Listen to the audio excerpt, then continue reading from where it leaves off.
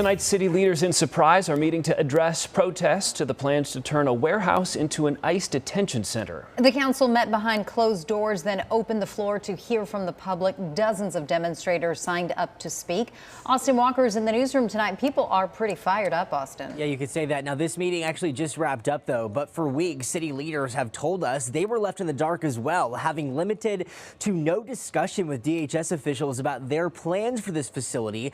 Now, the mayor delivering that message, though, a few days ago in D.C., but tonight, some who live in Surprise say that's still not enough. Now, before public comment, they talked about that Washington, D.C. trip that 6 council members took, and the city says it gained a better understanding, though, of the timelines and also established a contact with DHS. Now, it adds the facility will open this fall with, quote, a minimal footprint used as a short-term processing site. And Surprise City Councilman Johnny Melton says in Washington, DHS assured him ICE agents would not be in schools and they wouldn't come by schools, but he asked for a written, legally binding agreement between the city and ICE. Now, right now, the city says Representative Paul Gosar is working with ICE to draft that agreement. I can't have ICE agents I can't have them in the senior center.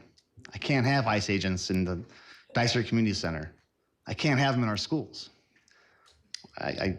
Not without warrant, unless you have a warrant, I can't have ICE agents milling about in the OTS. Yeah, so public comment did go on for over an hour, and everyone so far really was in agreement. They want the city to take a public stand, similar to how the city of Phoenix now won't allow ICE to stage on city property without a city manager approval. Now, while they did get some clarity, nothing really is in writing just yet. And at the time of this meeting, no one was named Secretary of Homeland Security. Now, which this has left some council members pretty skeptical. Now, among those who spoke, a high school senior as well we introduced to you a little bit ago. Her name is Callie Overs, who is the senior class president of Dysart High School. She actually spoke with the Attorney General Chris Mays before this meeting, asking for more state support on how this can be handled. For now in the newsroom tonight, Austin Walker for Arizona's Family. All right.